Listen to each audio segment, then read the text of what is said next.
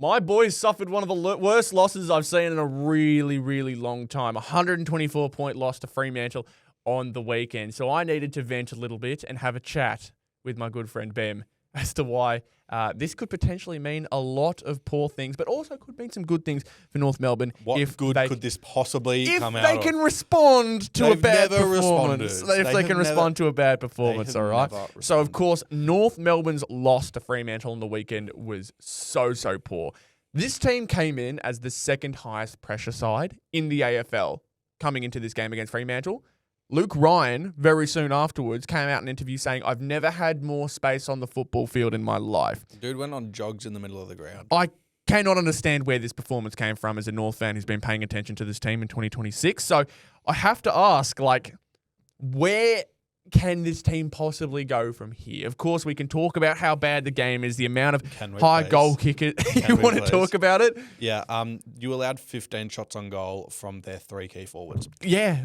I mean, I'm looking at this and there are at least 8 players with 2 or more goals. They spread the load for the amount of, don't look at me like that. They had a lot of multiple goal kickers in this game. And considering this team, North Melbourne only scored 4 points from midway through the second quarter. It was actually embarrassing to look at that score worm and timeline make its way further and further down. But it makes you ask, are North Melbourne picking the right players? Are North Melbourne potentially being coached incorrectly? Could this team potentially see itself looking outside the wild card once again in a season where it was basically set up for them to have a bounce back type of season? It is seriously wondering, does this team have the quality to make even a wild card this year?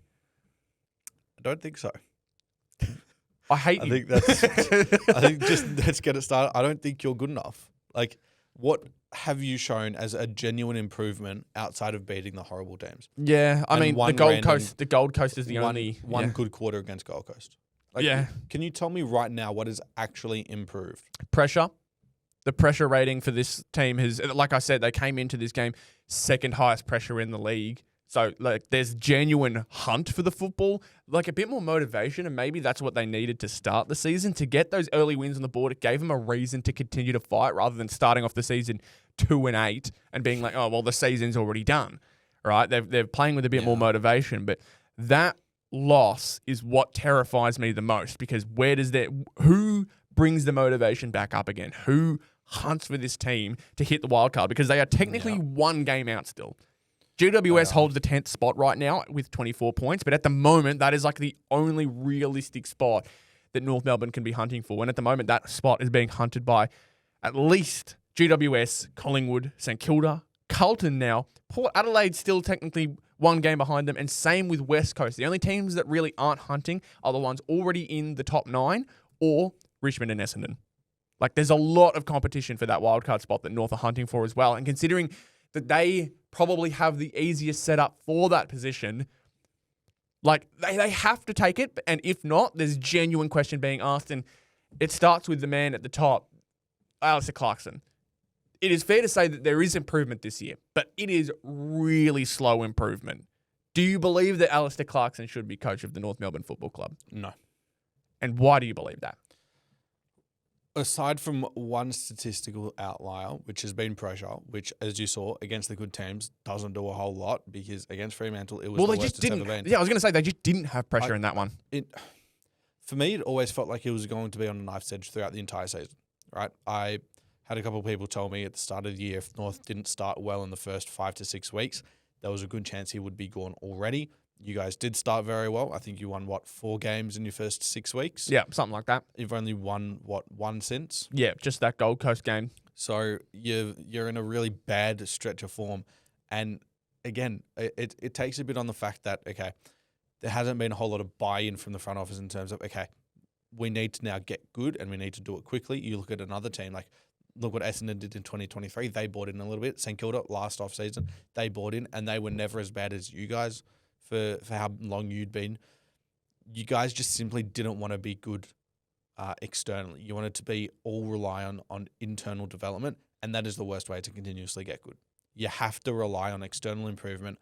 Otherwise, you're going to rely on bad habits. And the second something goes bad, You don't have anyone to lean on, unless you they're say Jack Darling, unless they're Luke Parker, Yeah. who are already 35 years old. I was going to say, because if you're talking external, like technically those guys have helped improve. Like you've seen Luke Parker do some big things. Jack Darling has been a leading goal kicker within the team in winning games. Like there's genuine things that they have brought to the table. And you could argue that with Caleb Daniel this year, not last year. It's players whose the teams they were on didn't want them.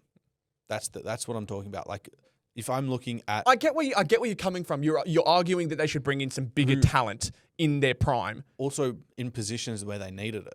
Yeah, but how are North going to do that? Don't draft 10 straight midfielders. Yeah, no, that's a completely fair point. I understand that. What's the point when you've got players who aren't getting game time? Like Tom Powell, he was going to be a really promising player at the start of last year. What's he doing at the moment? Yeah. What's his role? George Wardlaw had a really poor game on the weekend after having such a good last quarter, and you just think, well, this is the time to build. And then you come out with this type of performance. I like to think that North Melbourne can play better than than what they showed, and hopefully this is a one-off performance that they can flip the reset button on. It all comes down to their game against West Coast this week. If they get pumped by West Coast, then yeah, it's like it probably is season wraps for them, if we're being completely honest. But I don't think you guys should be focusing on a West Coast game as what defines your team, though.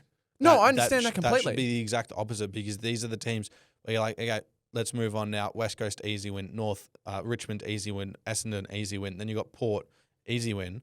You should be winning all of those games. Yeah. That as a bare minimum.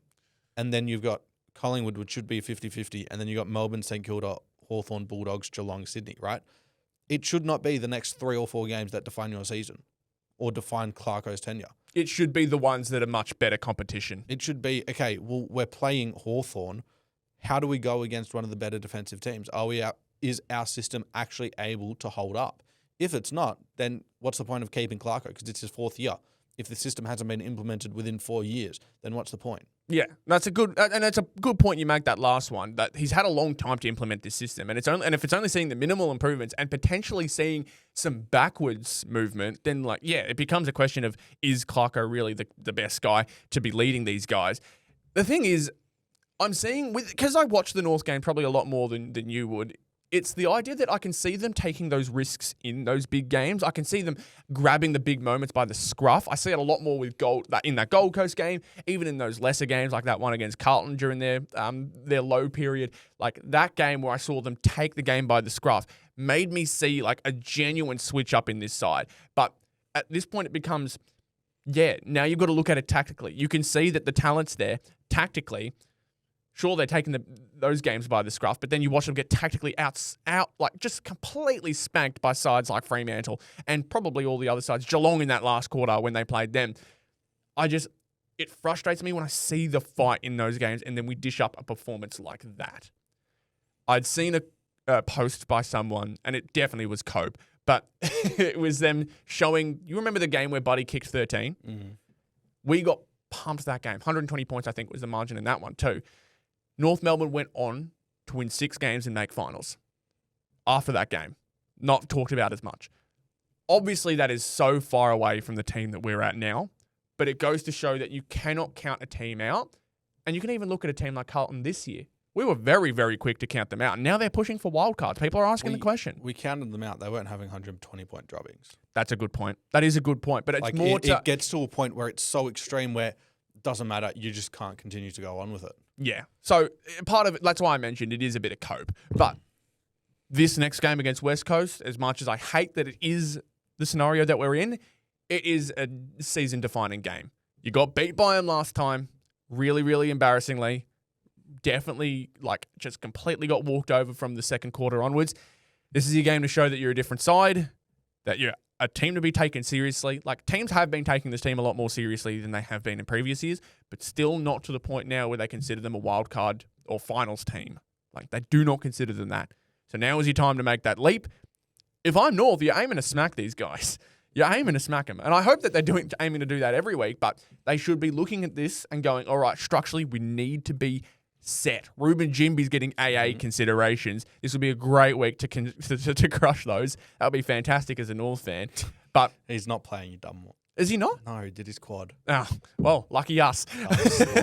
I wasn't paying attention to that. Look, main point is North need to win this one. because otherwise Clarko's seat is very much on fire. I'd love it if he got sacked. Why would you love that? Because it meant Harry Shazza was coming to States. No, he's not. Yeah, he is. No, he is not. Yeah, he is. Either way, we'll see how this In week denial. turns out for us. As a North fan, I hope that I come back to this video and go, wow, you were worrying so much about nothing. But in case this is the sign of the end times for Alastair Clarkson, then I'll probably be making this video once again next week. Either way. Sign of the time. Yeah, it's going to be a rough one. It's going to be a really, really sketchy week this week. Either way, appreciate you guys watching. If you enjoyed, leave a like. Just ignore what he's saying. If you enjoyed it, leave a like. Subscribe to the channel if you're new. All is greatly appreciated. Be sure to keep tuning in to the podcast episodes each week as well. Thank you guys so much for tuning in. We'll see you on the next one. Catch you later.